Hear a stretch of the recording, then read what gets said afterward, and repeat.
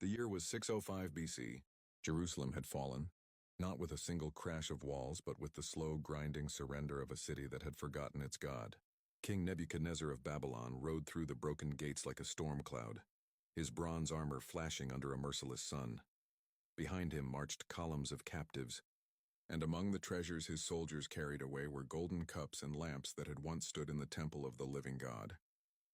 In the royal palace of Babylon, a city so vast its walls looked like mountain ranges, the king gave a single command to Ashpenaz, master of the eunuchs: "Find me the best of Judah's blood, boys from the royal house and the nobility. No blemishes, sharp minds, handsome, quick learners. Bring them here. I will remake them into Babylonians." Ashpenaz obeyed. He walked through the lines of prisoners until he found 4 young men who stood out like torches in a dark room. Daniel, Hananiah, Mishael, Azariah. They were perhaps 16, maybe 17, old enough to know fear but young enough to hide it. Their clothes were torn, their faces streaked with the dust of the long road from Jerusalem. Yet something in their eyes made Ashpenaz pause. These 4, he thought. These will do. He gave them new names that very day, names that tasted like incense and foreign gods. Daniel became Belteshazzar, Bel protect his life. Hananiah became Shadrach, command of Aku, the moon god. Mishael became Meshach, who is what Aku is. Azariah became Abednego, servant of Nebo. The names were meant to erase who they had been. They were led into a 3-year school of empire, mornings filled with the scratch of styluses on clay tablets, Chaldean grammar, astronomy, the secrets of dreams. Afternoons in the gymnasiums, learning to run, wrestle, and bow like courtiers. Evenings at the king's table, where the food steamed with spices no Jew had ever tasted. Pork simmered in wine. Rich stews offered first to Marduk and Ishtar. Wine poured out to the stars. Daniel tasted none of it. On the very first night, while the other youths stuffed themselves and laughed too loudly to hide their fear, Daniel quietly asked the steward who watched over them, a nervous man named Melzar, for a private word.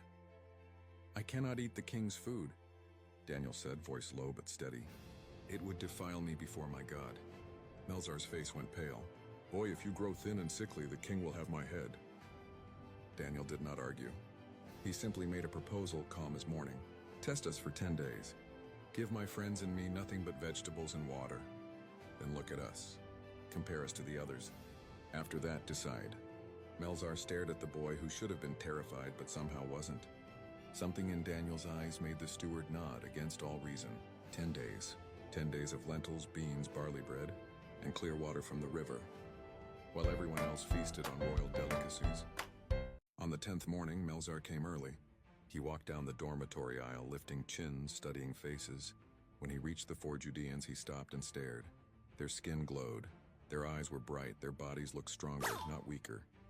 They stood straighter than any of the others, as if the plain food had fed something deeper than flesh.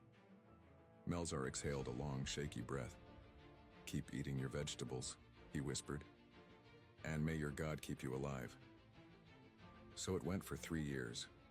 The 4 friends studied, prayed in secret, and refused the king's wine. And God gave them knowledge and skill in all literature and wisdom.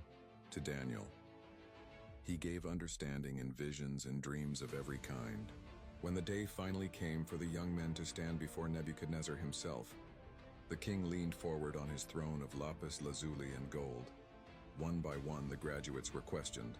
On law, on astronomy, on the interpretation of omens. None satisfied him. Then came Daniel and his 3 friends. The king asked one hard question after another. Their answers rang out clear, 10 times wiser than all the magicians and enchanters in his realm. Nebuchadnezzar sat back, astonished. "In every matter of wisdom and understanding that I asked them," he said later, shaking his head, "I found them 10 times better than all the magicians and astrologers in my kingdom." And so 4 young captives from a conquered city took their places among the highest counselors of the greatest empire on earth. But they never forgot who they really were, and the God they served in secret had only just begun to move.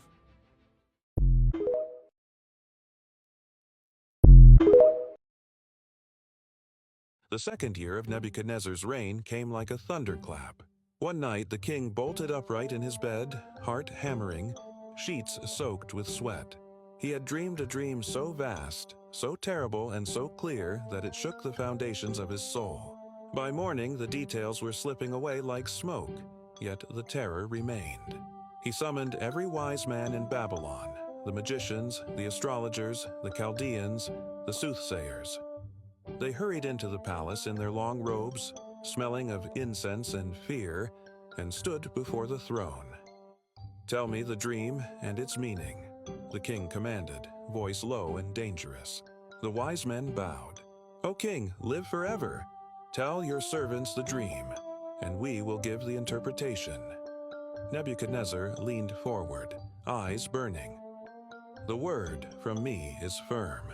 If you do not make known to me the dream and its interpretation, you will be torn limb from limb, and your houses will be laid in ruins.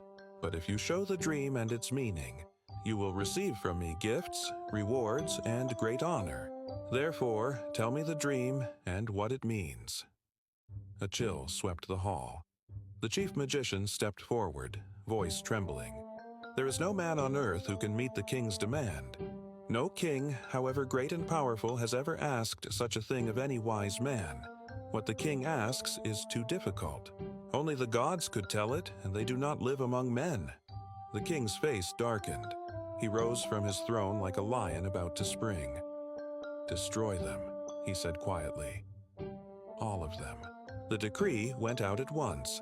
Royal guards marched through the city, swords drawn. The wise men of Babylon began to die. Word reached the house where Daniel, Hananiah, Mishael, and Azariah lived. The captain of the guard, a man named Arioch, knocked on their door with the same order that had already taken dozens of lives. Daniel listened without panic. Then he spoke, calm as still water. "Why is the decree so urgent from the king?" Arioch told him everything: the dream, the impossible demand, the sentence of death. Daniel said, "Take me to the king. I will tell him his dream and its meaning." Arioch hurried him into the palace. Nebuchadnezzar looked up, eyes red from sleeplessness. Daniel answered, he asked, "No wise man, known to me the enchanter, magician, or astrologer can show the king the mystery he has asked. But there is a God in heaven who reveals mysteries. He has made known to King Nebuchadnezzar what will be in the latter days." Then Daniel stepped closer, unafraid, and began. "This was your dream, O king. You were lying in bed when a great image rose before you, awesome and terrifying. Its splendor was dazzling. The head of the image was pure gold. Its chest and arms were silver. Its middle and thighs were bronze. Its legs were iron. Its feet were partly iron and partly clay. You watched while a stone was cut out, not by human hands, and it struck the image on its feet of iron and clay and smashed them to pieces. Then the iron, the clay, the bronze, the silver, and the gold were all broken together and became like chaff on a summer threshing floor. The wind carried them away so that not a trace remained. And the stone that struck the image became a great mountain and filled the whole earth." The king's breath caught. He stared at Daniel as though seeing a ghost. "That," he whispered, "was the dream." Daniel did not pause. "This is its meaning. You, O king, are the king of kings. The God of heaven has given you dominion, power, might, and glory. Wherever the children of men dwell, he has made you ruler over them all. You are the head of gold. But after you will arise another kingdom, inferior to yours, silver. Then a third kingdom of bronze which will rule over all the earth. Then a fourth kingdom, strong as iron. Just as iron crushes and shatters everything, it will break all these in pieces. Yet in the days of those kings the God of heaven will set up a kingdom that shall never be destroyed. It will not be left to another people. It will crush all those kingdoms and bring them to an end, but it will stand forever. That is the stone you saw, cut without hands. It will strike the image, shatter it, and fill the earth." Silence filled the throne room, thick as incense. Nebuchadnezzar slid from his throne and fell on his face before Daniel. "Truly," he said, voice shaking, "your God is the God of gods and the Lord of kings and a revealer of mysteries. For you have been able to reveal this mystery." He ordered gifts, incense, and royal clothing brought. He made Daniel ruler over the entire province of Babylon and chief prefect over all the wise men of the kingdom. At Daniel's request, Shadrach, Meshach, and Abednego were set over the affairs of the province as well. The 4 young exiles from Judah now stood at the very heart of the greatest empire the world had ever seen. And somewhere beyond the eastern horizon, a stone was already rolling, unseen, unstoppable, gathering speed. The plain of Dura stretched wide and flat outside the walls of Babylon, a sea of sun-baked earth where Nebuchadnezzar decided to plant his pride. He had a statue made 90 feet tall, 9 feet wide, hammered together from pure gold that blazed like a second sun when the light struck it. From its hollow eyes to its polished toes, it looked like the king himself, only greater, immortal, untouchable. When it was finished, heralds rode across the empire with a single proclamation. To you it is commanded, O peoples, nations, and languages, the moment you hear the sound of the horn, flute, harp, lyre, psaltery, bagpipe, and every kind of music, you are to fall down and worship the golden image that King Nebuchadnezzar has set up. Whoever does not fall down and worship shall immediately be thrown into a furnace of blazing fire. On the appointed day, the plain filled with people like a carpet of many colors, satraps in scarlet, governors in purple, princes, treasurers, judges, counselors, every official of every province. The music started, a sudden crashing chord that shook the ground. Every knee hit the dirt. Every forehead touched the dust. Every knee except 3. Shadrach, Meshach, and Abednego stood straight while the whole world bowed. Certain Chaldeans, men who had long hated the sudden rise of these Jewish boys, saw their chance. They pushed through the crowd and threw themselves before the king. O king, live forever. You made a decree that everyone must fall down and worship the golden image. There are certain Jews whom you have set over the province of Babylon, Shadrach, Meshach, and Abednego. These men pay no attention to you, O king. They do not serve your gods or worship the golden image you have set up. Nebuchadnezzar's face turned the color of fire. He ordered the 3 brought before him. Is it true, he demanded, voice trembling with rage, that you do not serve my gods or worship the golden image I have set up? I will give you one more chance. When the music sounds, if you fall down and worship, well and good. But if not, you will be thrown the same hour into the blazing furnace. And who is the God who can deliver you out of my hands? The 3 young men looked straight at the most powerful man on earth and answered together, Calm as sunrise. O Nebuchadnezzar, we have no need to answer you in this matter. If this be so, our God whom we serve is able to deliver us from the burning fiery furnace, and he will deliver us out of your hand, O king. But even if he does not, let it be known to you, O king, that we will not serve your gods or worship the golden image you have set up. Something snapped in the king. His face became distorted with fury. He shouted an order. Heat the furnace 7 times hotter than usual.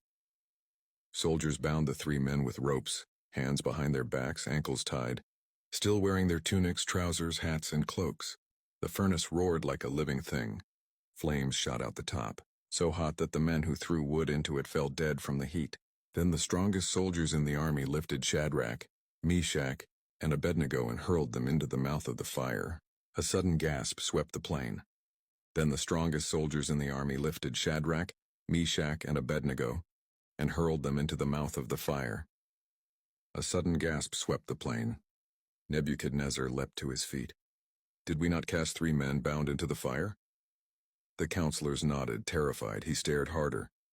I see 4 men unbound walking in the midst of the fire, and they are not hurt. And the appearance of the 4th is like a son of the gods.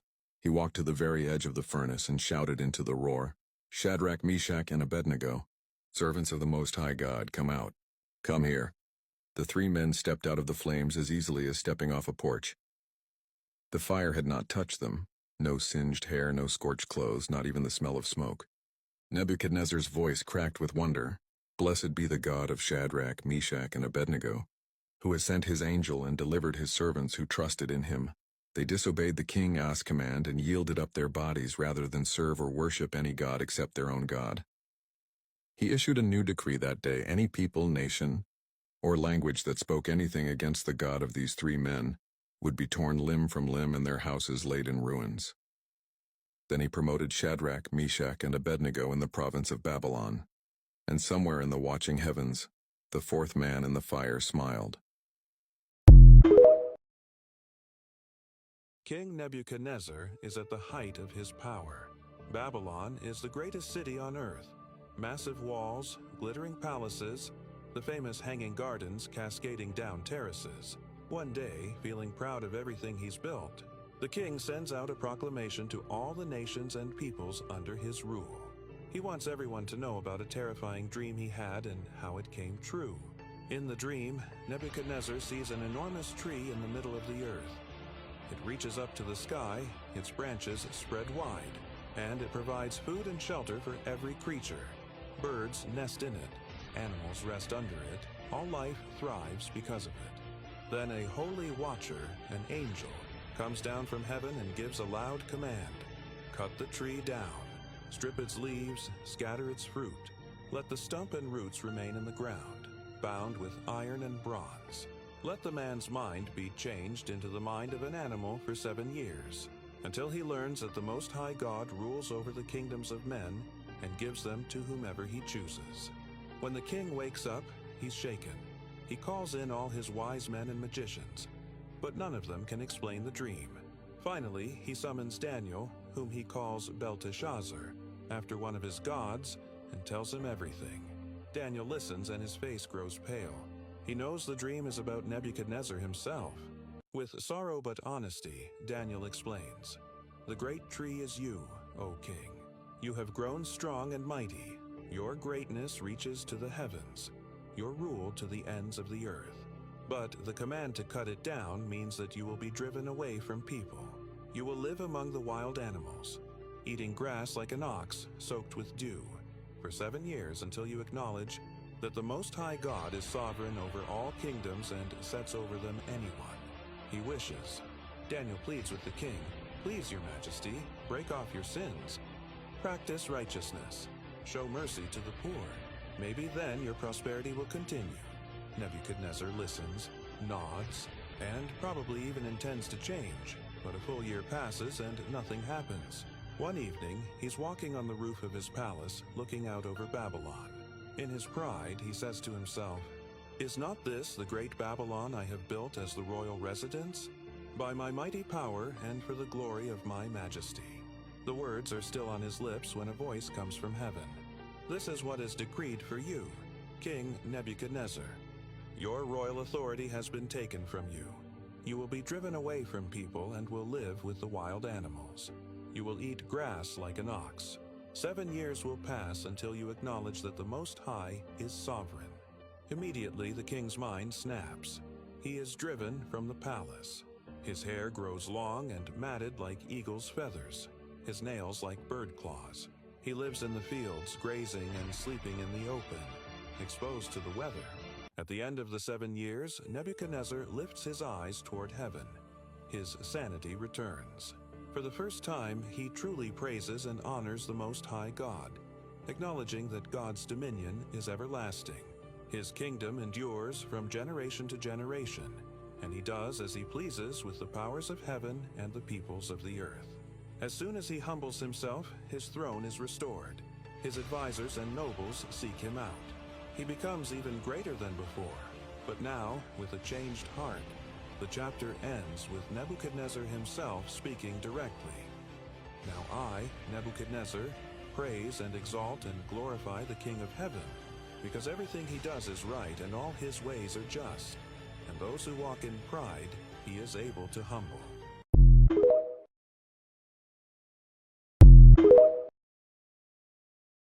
Years have passed since Nebuchadnezzar's humbling. Babylon is still the world's greatest city, but the throne now belongs to his grandson, or son, depending on the records, King Belshazzar. One night, Belshazzar throws the ultimate palace banquet. 1,000 lords, nobles, wives, and concubines crammed into the massive hall. Golden lamps flicker off jeweled walls, tables groan under roasted meats and spiced wine, musicians play, laughter echoes. The king, flushed with drink, gets a bold and blasphemous idea. "Bring out the gold and silver vessels my grandfather took from the temple in Jerusalem." Servants haul in the sacred cups looted decades ago.